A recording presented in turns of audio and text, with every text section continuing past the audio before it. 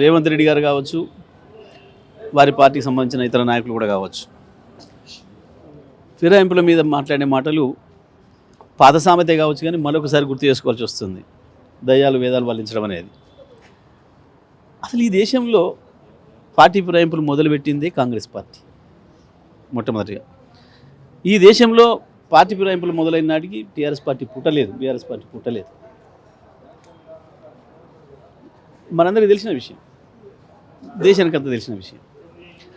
అదే ఫిరాయింపుల పైన నిరోధక చట్టం తెచ్చింది కూడా కాంగ్రెసే. ఆ చట్టాన్ని కూడా లెక్క పెట్టకుండా తొంగలు తొక్కి అనేక దుర్మార్గాలు చేసింది కూడా కాంగ్రెస్ పార్టీనే. మళ్ళీ నిన్నగాక మొన్న పార్లమెంట్ ఎన్నికల సందర్భంగా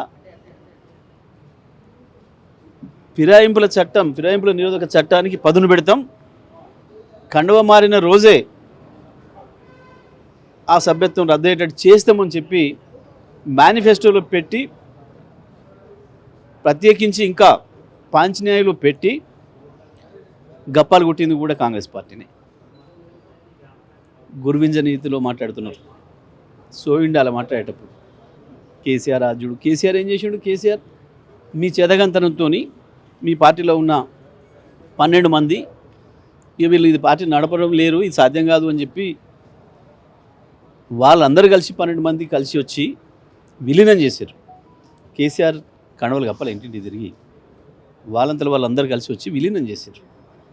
ఆనాడు ఉన్న పరిస్థితులలో తెలంగాణకు స్థిరమైన నాయకత్వం కావాలి, ఇంకా సమైక్యాంధ్రంలో కుట్రలు కొనసాగుతున్నాయి.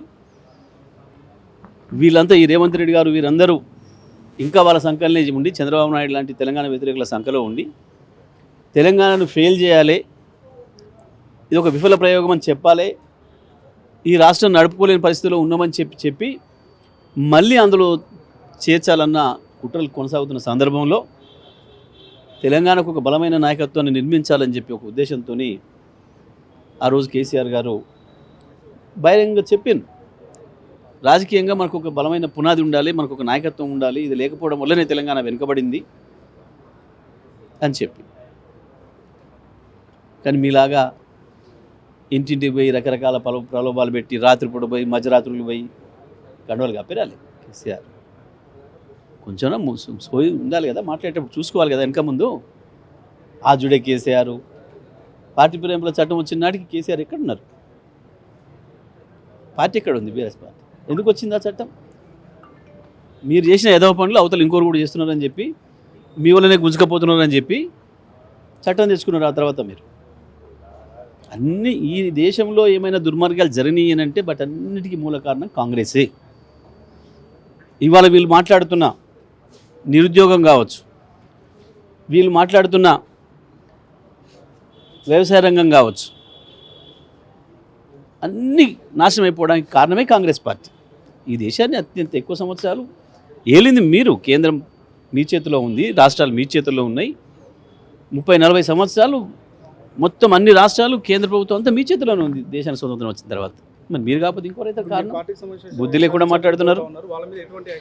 తీసుకున్నాం కదా స్పష్టంగా, స్పీకర్ గారికి కంప్లైంట్ చేసినాం, స్పీకర్ గారు స్పందించలేదు, కోర్టులో కూడా వేసినాం. నిన్న వాయిదా కోరినారు వాళ్ళే, హైకోర్టు మరి వారికి ఇచ్చింది.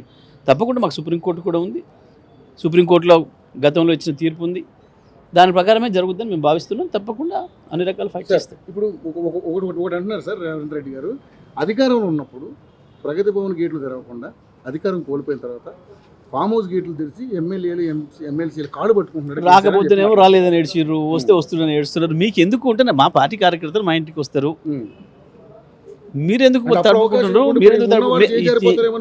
మేము ఇచ్చిందా, మేము ఇచ్చినామా, వాళ్ళు వస్తున్నారా, మా నాయకులు మా కార్యకర్త మా కాడికి వస్తున్నారా? ఒక ఎమ్మెల్యేలే కాదు కదా, వేల మంది కార్యకర్తలు వస్తున్నారు. కేసీఆర్ను కలవడానికి, కేసీఆర్ను చూడడానికి లక్షలాది మంది ఇష్టపడతారు, వస్తారు.